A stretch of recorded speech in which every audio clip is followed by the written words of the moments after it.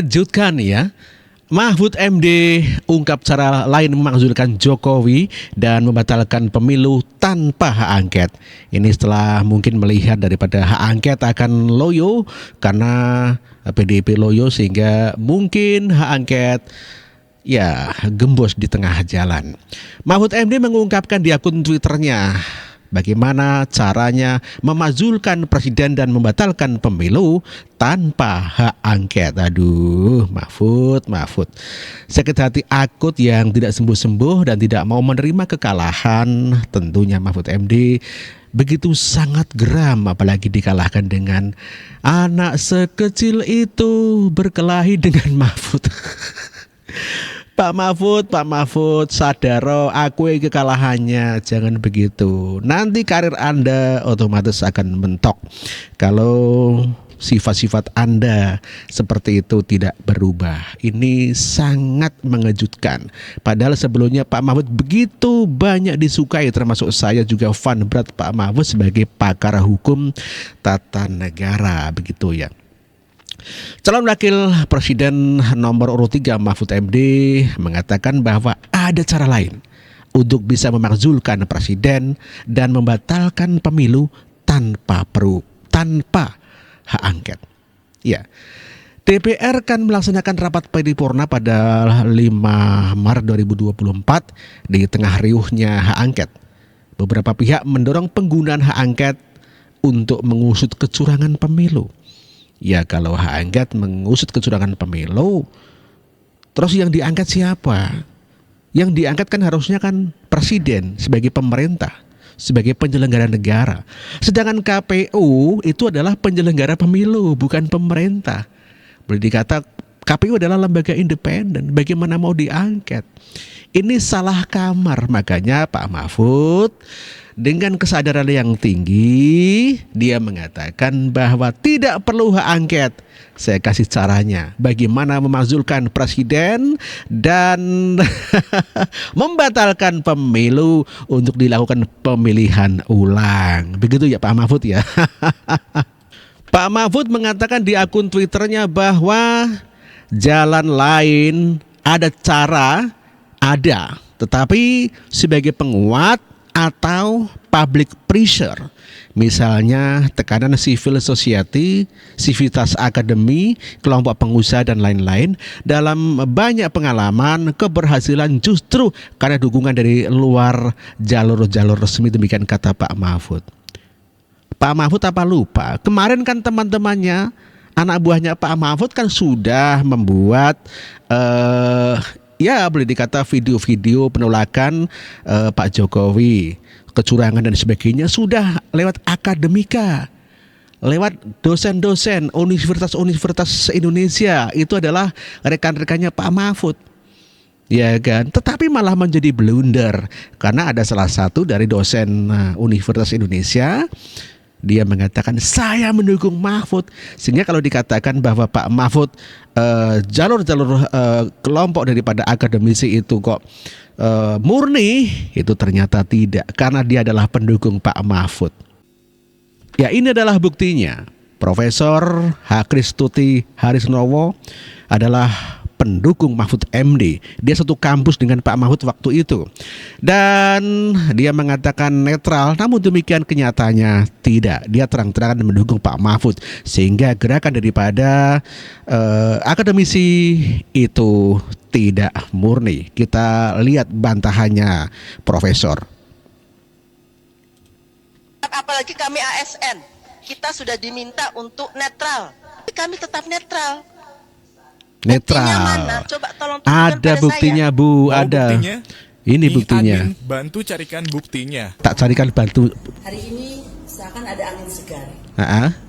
Karena kita mendengar bahwa seorang guru besar ilmu hukum telah dicalonkan menjadi wakil presiden. Dan saya secara pribadi sangat senang karena kita tahu bahwa Pak Mahfud itu adalah selain guru besar ilmu hukum, beliau juga mempunyai pengalaman yang luar biasa. Memang, jejak digital tidak akan bohong. Ya betul, bahwa rekan-rekannya Pak Mahfud yang ada di akademika, dosen-dosen di universitas, itu sudah banyak mengeluarkan statement-statement yang mendukung Pak Ganjar, dalam arti mendukung Pak Mahfud, tetapi tidak secara spesifik. Namun demikian dengan menyerang Pak Jokowi, otomatis menyerang Gibran, menyerang Pak Prabowo. Itu sudah hal yang bukan hal yang rahasia lagi. Namun demikian, walaupun dibantah dan kenyataannya tidak efektif Pak Mahfud, walaupun Pak Mahfud mengatakan gerakan akademisi ternyata tidak efektif. Selain itu Pak Mahfud juga mengatakan kelompok pengusaha. Ya, kelompok pengusaha tidak mau dong kalau bikin gaduh. Pengusaha biasanya adalah yang ingin investasinya menjamin suatu keuntungan, sehingga ingin negara itu aman dan damai, sehingga sebagai katakan iklim investasi itu otomatis menguntungkan, bukan dengan cara gaduh, demo-demo dan lain sebagainya. Itu saya kira tidak mungkin bisa Pak Mahfud. Apalagi ya buat apa sih mau memajulkan Pak Jokowi, kan hanya berapa bulan lagi, mungkin 7 bulan lagi sebelum Pak Prabowo dilantik. Aduh Pak Mahfud, parah Pak Mahfud. Parah banget. Dan ini adalah cuitan daripada Pak Mahfud yang mendukung Ep Saifullah Fathah. Ya, kita baca ya di akun Twitternya ya. Mas Eep, saya ikut terharu nonton video Mas Eep yang sambil menangis ini. Terus berjuang Mas demi Indonesia tercinta, Indonesia merdeka, untuk harkat manusia dengan demokrasi yang berkeadilan adalah atas berkat dan rahmat Allah Subhanahu wa taala. Tidak ada perjuangan yang sia-sia, kata Bung Karno. Ya, Bung Karno mengatakan no sacrifice is wasted. Tidak ada perjuangan yang sia-sia. Namun demikian Pak Mahfud, sebetulnya Ep Saifullah itu siapa? Dialah yang menginisiasi pemakzulan Pak Jokowi. Dia yang menginisiasi pembatalan daripada pemilihan umum.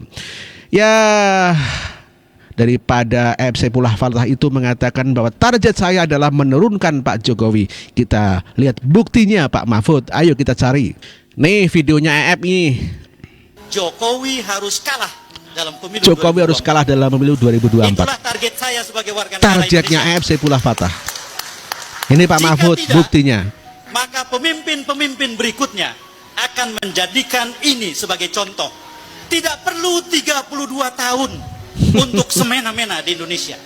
Cukup 9 tahun 1 bulan. Cukup 9 tahun saja. Sombong amat Ep Saifullah Fathah mau memazulkan Pak Jokowi. Apa keuntungannya? Inilah Pak Mahfud yang mendukung Ep Saifullah Fathah. Bukti fakta bahwa Ep Saifullah Fathah yang punya target untuk memazulkan Pak Jokowi, untuk menggulingkan Pak Jokowi. Ini fakta Pak Mahfud. Pak Mahfud, Anda benar-benar tidak mau berterima kasih. Tak ada satupun Anda berterima kasih kepada Presiden Jokowi. Ini sungguh sangat mengherankan dan sangat menyayangkanlah sikap-sikap dan akhlak daripada Pak Mahfud, yang sebetulnya banyak orang berharap kepada Pak Mahfud untuk menjadi nantinya seorang pemimpin. Namun demikian kenyataannya Pak Mahfud seperti itu. Ya, tidak mau berjiwa besar atas kekalahannya dan selalu mencari kesalahan-kesalahan orang lain, mencari kesalahan-kesalahan rivalnya.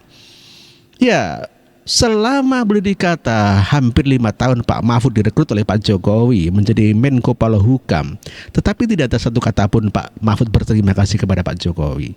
Ini sungguh suatu balasan yang tidak setimpal. Artinya apa? Air susu dibalas air tuba Pak Mahfud. Anda sungguh licik Pak Mahfud. Oke, saya kira kabar hari ini cukup sekian dulu ya. Terima kasih. Apabila ada kekurangan, wassalamualaikum warahmatullahi wabarakatuh.